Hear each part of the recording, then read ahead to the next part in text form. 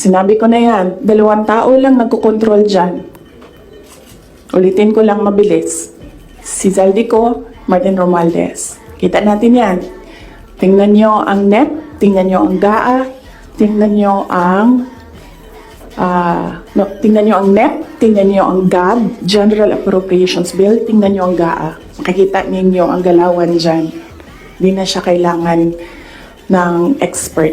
Sundan nyo lang kung ano yung nagbabago. Anong isa pa? Na-proof ko dyan, yung AKAP. Diba? Nagtalo sila sa AKAP. Sinasabi ng mga senador, hindi naman namin nakita yun noon eh. Sabi ni Zaldico, o diba? Pinirmahan nyo, digital signature ninyo, pinahiram ninyo, pinirmahan nyo yan. Nandun yan. Wala nang bycam na nangyayari.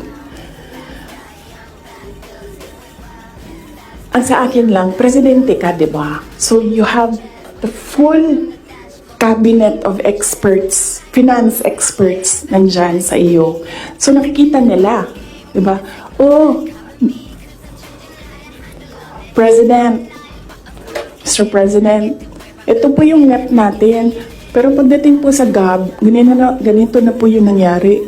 Di ba magtatanong ka na, ano nangyari? Bakit naging ganito? Di ba? O ako lang ba yun? Well, kung ako yun, ganun.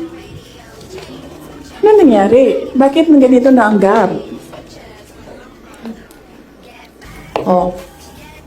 Pagdating ng Senate, ano nangyari? Tingnan nyo. Bakit ganito na? Pagdating ng BICAM, di ba? Merong daming insertions nun. Walang paper trail and then suddenly sa BICAM nandoon na. Di ba magtatanong ka?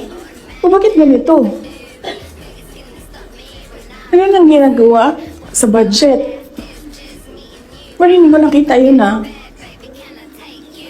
Hindi ko lang alam kung alam niya. But there is an expectation that alam mo kasi ikaw ang nag-submit ng NEP and nakita mo kung anong lumabas sa GAA.